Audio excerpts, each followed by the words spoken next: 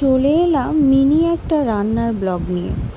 এমনি নিরামিষের দিনে কী রান্না করব বুঝতেই পারি না। আমিষের দিন তো তাও অনেক কিছু হয়ে যায়, কিন্তু নিরামিষের দিন আসলে আমার মাথা একদমই কাজ করে না কী রান্না করব।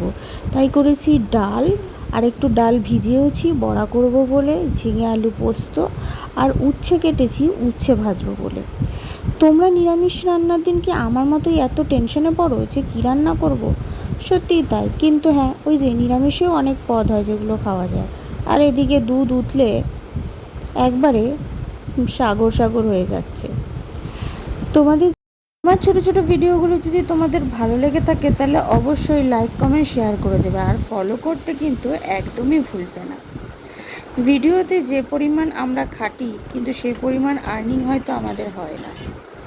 তোমরা নিরামিষ রান্নার মধ্যে কোন রান্নাটা ভালোবাসো এবং যেটা তোমাদের প্রিয় রান্না, সেটা কিন্তু অবশ্যই ছবিসহ কমেন্টে জানাবে।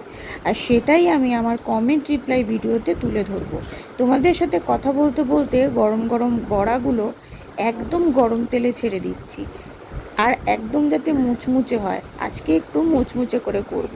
জানো তো, আমিষের দিনকা কিন্তু আমরা এর মধ্যে একটু রসুন আদাও দিতে পারি একেবারে পেস্ট করার সময়।